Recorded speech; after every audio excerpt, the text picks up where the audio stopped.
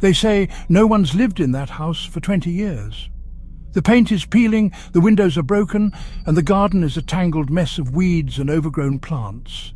The house stands as a silent sentinel, a relic of a time long past, shrouded in mystery and whispers of the supernatural. The locals avoid it, crossing the street to avoid walking too close, and children dare each other to run up and touch the front door, but none ever do. The house has a presence, a feeling of being watched, and those who have ventured too close swear they've seen movement in the shadows, heard whispers on the wind. It's as if the house itself is alive, breathing, waiting. But every night she looks out that window. A figure barely visible stands behind the curtain, her eyes scanning the darkness, searching for something or someone. The townsfolk call her the Lady of the House, a ghostly presence that has haunted 1413 Willow Lane for as long as anyone can remember. Some say she's a guardian, watching over the house, protecting it from intruders. Others believe she's trapped, a restless spirit unable to move on, bound to the place where she met her tragic end. But no one knows for sure, and no one dares to find out. They say she lost her child in that house. The story goes that she was a young mother, living in the house with her husband and their infant son. One night the child disappeared, vanishing without a trace.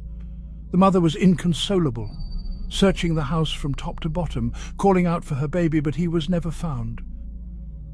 Some say he was taken by something in the house, a malevolent force that preys on the innocent. Others believe he wandered off into the night, lost forever.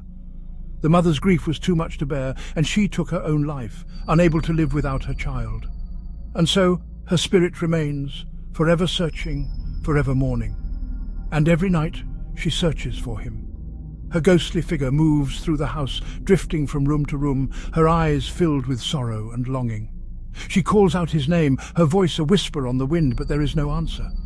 The house is silent, save for the creaking of the floorboards and the rustling of the curtains.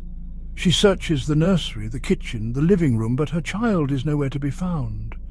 And so she continues her nightly vigil, hoping against hope that one day she will find him and be reunited with her lost son. Those who meet her eyes never speak again. It's said that if you look into her eyes, you'll be struck mute, unable to speak of what you've seen. The terror of her gaze is too much for the human mind to comprehend, and those who have encountered her are left in a state of shock, their voices stolen by the horror of her presence.